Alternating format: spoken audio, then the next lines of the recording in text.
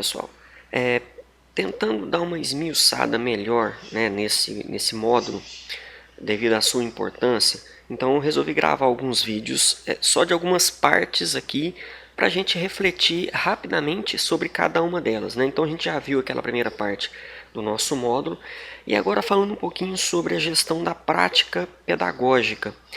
Que é bom que a gente entenda, né, que não é simplesmente o papel do pedagogo, do educador, simplesmente passar um conhecimento, porque isso, de certa forma, hoje, no ano 2020, nós temos a internet, nós temos vários recursos que fazem isso simplesmente por fazer. Então, vai muito mais além o papel do educador nesse momento do que simplesmente passar um conhecimento, que até mesmo um livro poderia passar, vamos assim falar, né? Então, o que nós entendemos? Que o Paulo Freire, ele fala que o professor ele precisa saber que ensinar não é transferir o conhecimento, mas criar as possibilidades para a sua própria produção ou a sua construção. E baseado nisso aqui, né, a gente entende que o Paulo Freire, lá em 1996, né, mais para o final da carreira dele ali, mas ele já tinha essa visão, e ele falava justamente isso, que o papel do professor ele já estava naquela época indo muito mais além.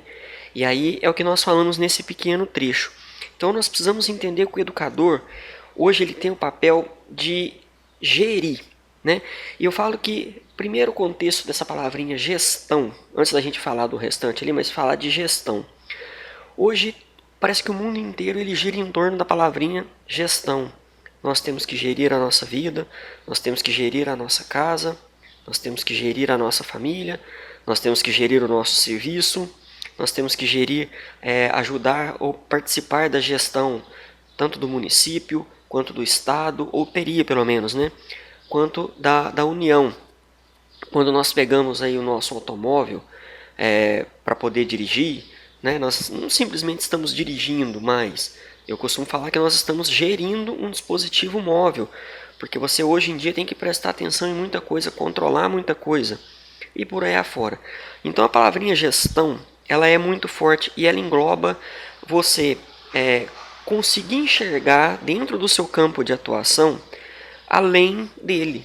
Então, se eu sou professor, eu tenho que conseguir enxergar não só a questão da sala de aula, mas eu tenho que enxergar a questão externa, o aluno, né, o corpo docente, né, da faculdade, da escola, do que seja, o corpo administrativo, a participação dos pais, a comunidade, a sociedade, a política, a economia, tudo isso gira em torno do contexto escolar. E não só do contexto escolar, né? Gira em torno do contexto familiar, gira em torno do contexto profissional. Então, isso tudo está envolto.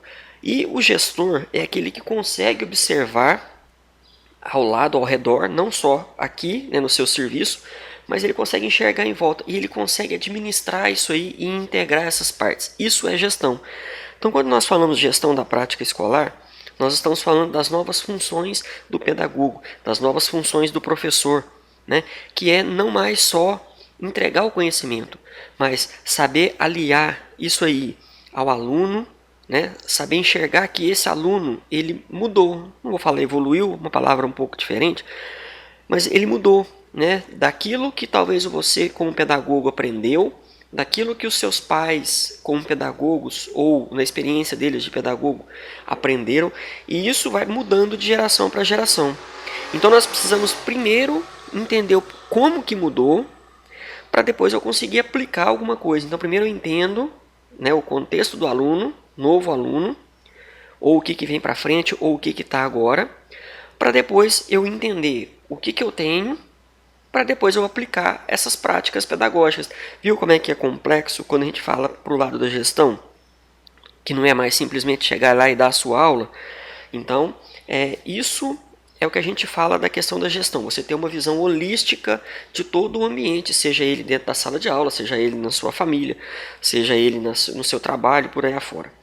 Bom, então, gestão da prática pedagógica é nós entendermos que recursos nós temos, qual a melhor forma de aplicá-los, qual é a realidade do aluno hoje, e o que está envolto tanto de nós quanto do aluno. E falar isso em 2020 é muito interessante, né? Visto todas essas mudanças que nós vemos passar aí devido à pandemia, todas essas mudanças constantes da sociedade, o que virou o papel do professor hoje, né? Não é simplesmente passar aquele conteúdo que ele passava anteriormente em sala de aula.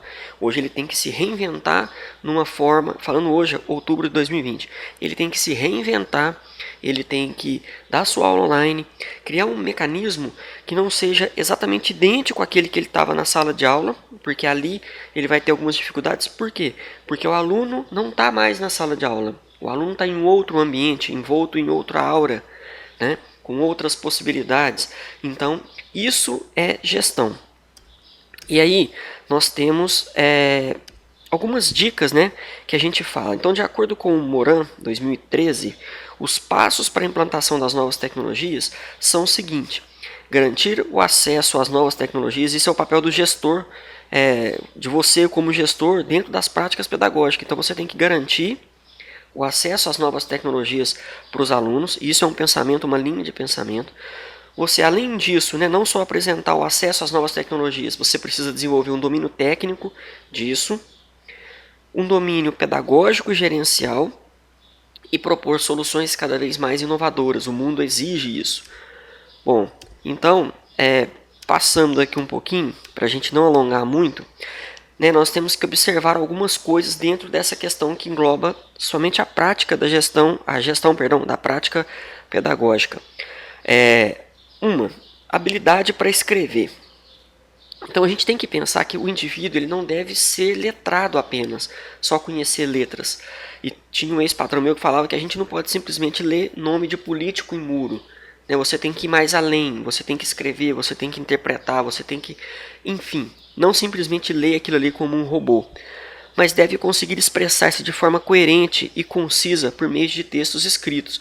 Então essa é uma das preocupações, né? Você não simplesmente ensina ele a escrever, você tem que desenvolver uma habilidade nele além de simplesmente escrever. A habilidade de compreensão e de leitura deve ser capaz de ler um texto e compreendê-lo de forma abrangente, o que significa entender o significado e o contexto geral. E isso nós pecamos muito na nossa sociedade hoje, né? As pessoas, além de preguiça e até pelas formas incorretas que elas vieram aprendendo, e por isso que é um papel nosso de tentar reconstruir isso, as pessoas perderam a habilidade de compreensão e leitura de texto, né? Não conseguem interpretar texto facilmente. Por quê? Porque a maioria das coisas hoje é fácil, é de livre acesso. Isso nos torna, consequentemente torna as crianças, né, preguiçosas. Então nós temos que aprender esse hábito de leitura, habilidade para escrever e principalmente compreensão e interpretação. Habilidade de raciocínio lógico hoje vem sendo muito introduzido dentro das escolas e é uma prática que vem muito forte para o futuro, e está aí uma dica para vocês. A questão do ensino do raciocínio lógico, da lógica de programação, né, que é você entender o comportamento da máquina e usar um raciocínio lógico para poder resolver determinados problemas. Não só na questão da máquina, mas na questão da própria habilidade para a vida, né, ter raciocínio lógico, conseguir pôr o cérebro para funcionar. Habilidade para lidar com fundamentos do conhecimento científico e de outras tecnologias. Então as pessoas precisam ir mais além do que aprender simplesmente o que está no livro ditando a regra da matemática, da física e da química. Ele precisa lidar com esses conhecimentos científicos, saber argumentar, saber inserir e agregar novas tecnologias a isso aí, porque é assim que a sociedade intelectual vai se construindo. Habilidades para utilização de computadores e outras tecnologias. Então o usuário deve conhecer hardware, software, além de saber acessar a internet quando for possível a conexão.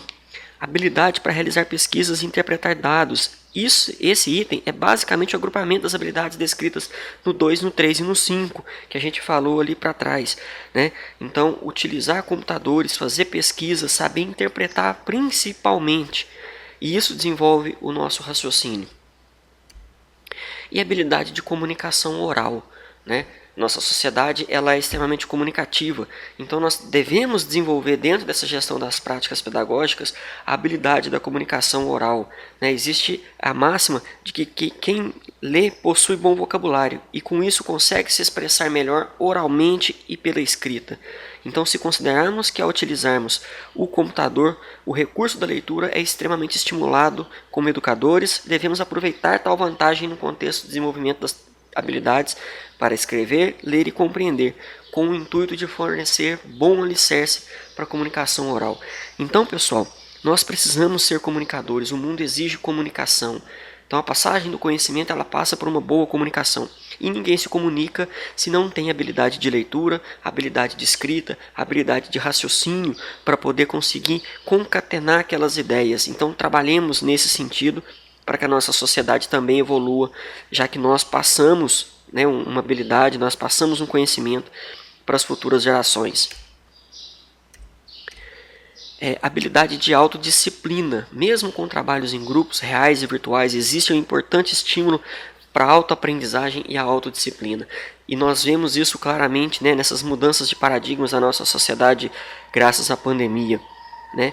A habilidade da autodisciplina, das pessoas buscarem um conhecimento além daquilo que está passado em sala de aula. Né? Buscar mais coisas, buscar mais recursos e aprender por si só também. Então, por isso que eu falei, né? Aquele dilema, aquele contexto de uma aprendizagem ali em sala de aula, simplesmente passar aquilo que está dentro do livro, pessoal, já ficou para trás.